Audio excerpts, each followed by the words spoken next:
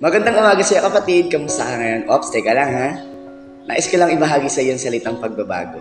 Alam ko ito ay usapin na kung saan ay nais mo din hinahangad sa iyong buhay. Maging sa akin.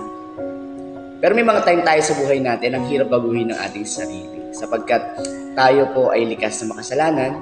Tayo po ay may mga sari-sariling prinsipyo at kaalaman. Pero alam mo ba kapatid, hindi mo kayang baguhin ang sarili mo kung ikaw lang. Hindi natin kayang baguhin ang sarili natin sa sarili nating kaalaman, sa sarili nating kakayanan. Sapagkat nais ng Panginoon na siya lang ang makakapagbabago sa buhay mo. Tandaan mo, may mga bagay sa buhay natin na parang paulit-ulit tayo sa mga bagay na ginagawa natin. May mga bagay na nasasawa na tayo, nakasanayan na natin, parang hindi na tumaalis sa buhay natin. Pero alam mo kapatid, yung pagbabago is a process.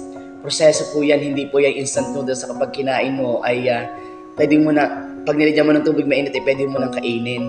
Ito po yung proseso na dapat dadaan tayo sa mga proseso na kung saan ang isang ginto ay pinapadaan sa apoy upang makita ang tunay na kadalisayan nito. Ganon din tayo sa buhay natin.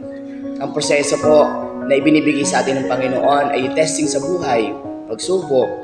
Pero ang nais ng Panginoon manatili tayo na kung saan nagtitiwala sa Kanya. Kaya kapatid, ang pagbabago ay sa process, hindi ganun kadali. Pero magagawa po natin kung kasama po natin si Kristo sa buhay natin.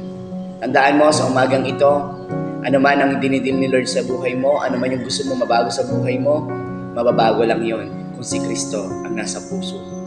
Kaya sa umagang ito kapatid, patuloy ka magpabago, araw-araw, patuloy mong pagkatiwala sa Diyos ang lahat ng iyong nasain upang sa gayon ang buhay mo ay sisigla at maging pagpapala sa iba. Kaya sa oras na ito, laban lang, keep it up, and never give up. Sa Diyos magtiwala at sumunod. God bless sa iyo kapatid.